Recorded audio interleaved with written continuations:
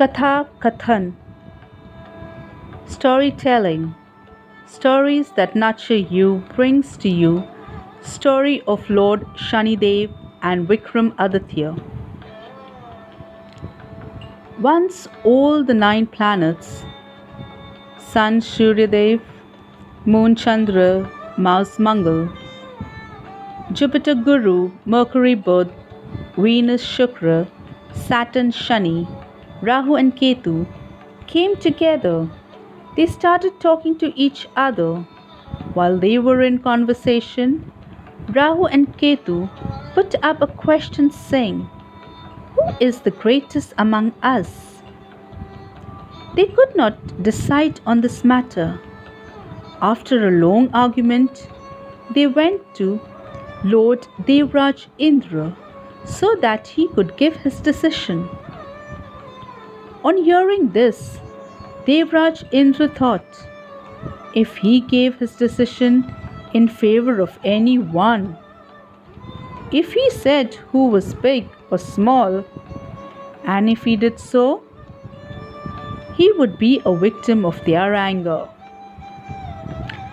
So he said, I cannot decide who is great, and I cannot give an impartial judgment. The best thing for all of y'all is go to the earth.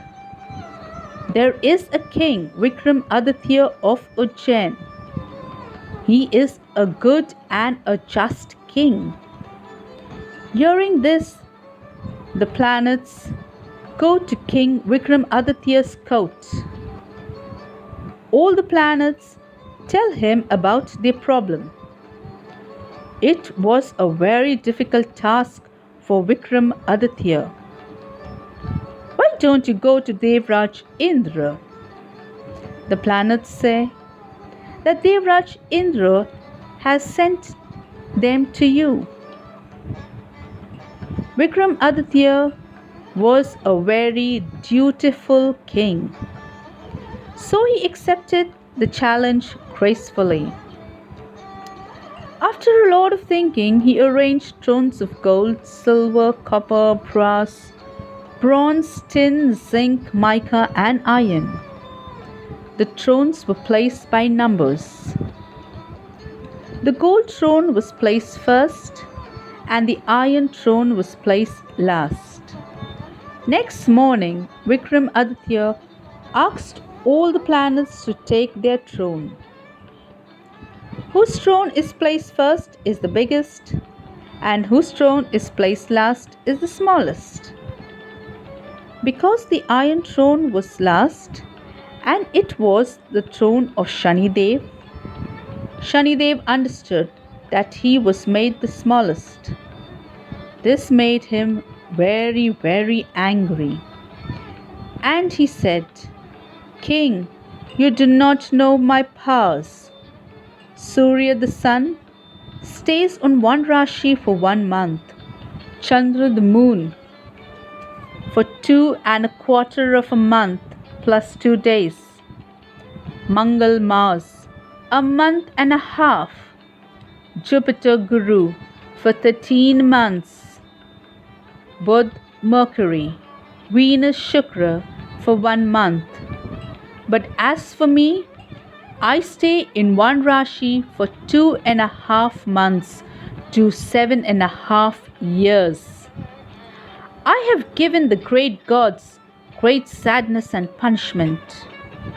Ramji had to leave his family and go to the jungle for 14 years. And when Sadi Sati came over Ravana, he was killed and his entire family was wiped out. So, dear king, you be careful. Vikramaditya said, whatever destiny brings me, I will see. The rest of the gods, the rest of the planets left happily.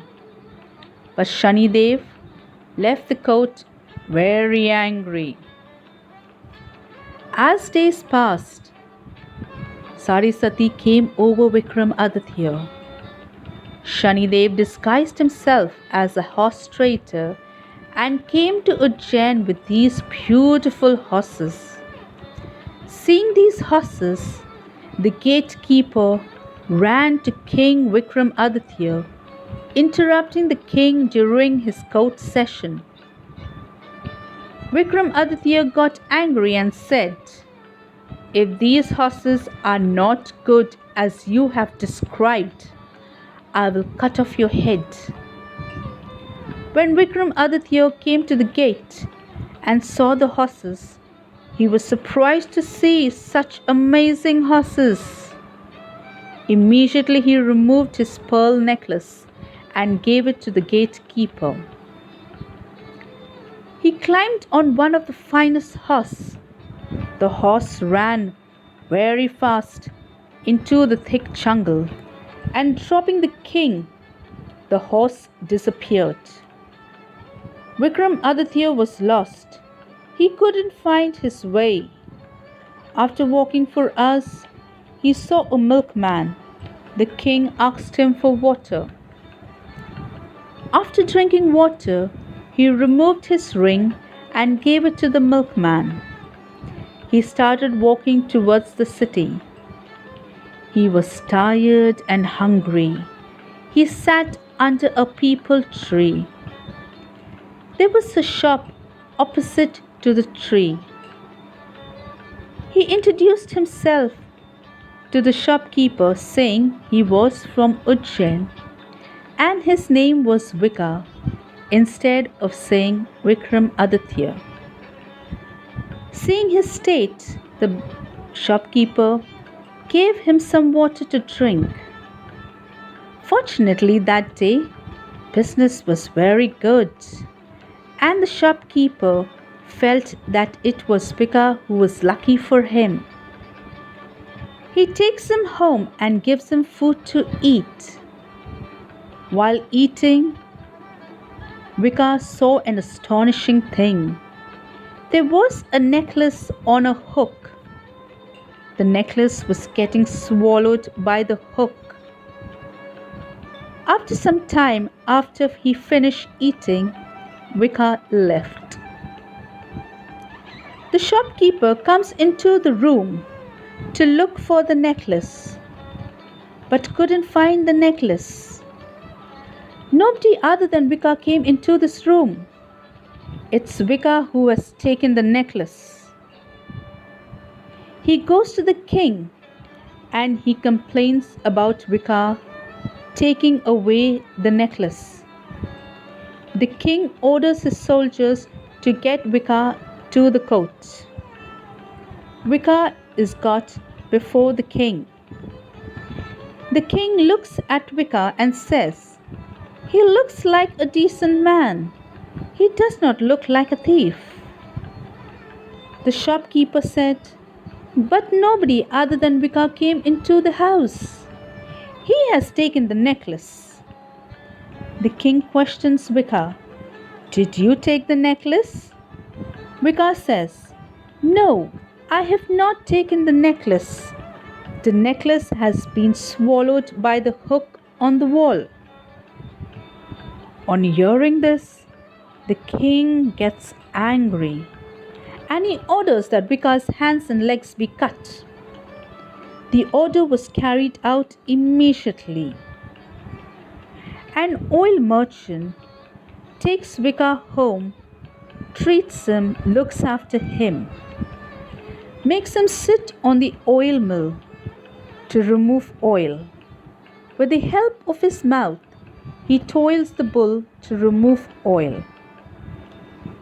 Years passed, and the day comes when Sadi Sati or Vika comes to an end.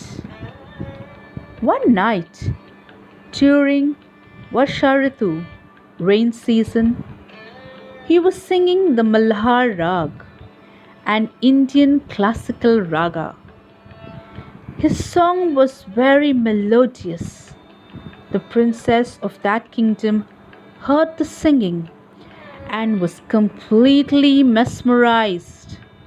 She ordered her servants to go and find the person singing. The servants went out immediately and found Vika the cripple who had no hands and legs singing. They informed the princess. The princess was so mesmerized with his song that she decided to marry him. In the morning, when the servants came to wake the princess, she refused to get up and said that she had taken an oath that she will fast, she will not eat or drink anything. The servant went out to the queen and told her that the princess had given up water and food. The queen immediately came to the princess's room to wake her and to know why she was so sad. The princess said, "I've taken an oath. I will marry Vika the cripple, who lives in the oil merchant's house." Her mother, the queen, said, "Are you out of your mind? You will marry a handsome and a strong prince." The princess said, "I have taken an oath and I will marry Vika only." The queen was worried and she told the king about the princess's oath. The king too came to convince her not to marry Vika. The princess was adamant and she said, "I will marry no one. I will marry only Vika, or I will end my life." The king was angry and he said, "Do what you want to do. It is your destiny." He sent a marriage proposal to the oil merchant's house. The daughter of the princess wants to marry Vika the cripple, who is living in your house. The oil merchant was surprised too. Vika and the princess got married. On the night of their marriage, while they were asleep in the palace, Shani appeared to Vikramaditya. "O king, you made me small, and see what a difficult and suffering life you had to go through." Vikramaditya asked for forgiveness. Shani was happy. He blessed him with hands and legs again. Vikramaditya said, "Lord Shani, I pray to you. Please do not give such trouble or punishment pain to anyone else." Shani said, "I accept your prayers. Whoever listens or tells my story, I will always bless them. There will be no sadness in their lives." Saying this, Shani disappeared.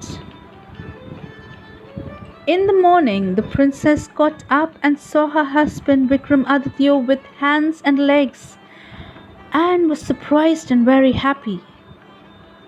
Vikramaditya told her everything, that he was Vikramaditya, a king of Ujjain. She was happy and shared it with her friends. The word spread all over the kingdom.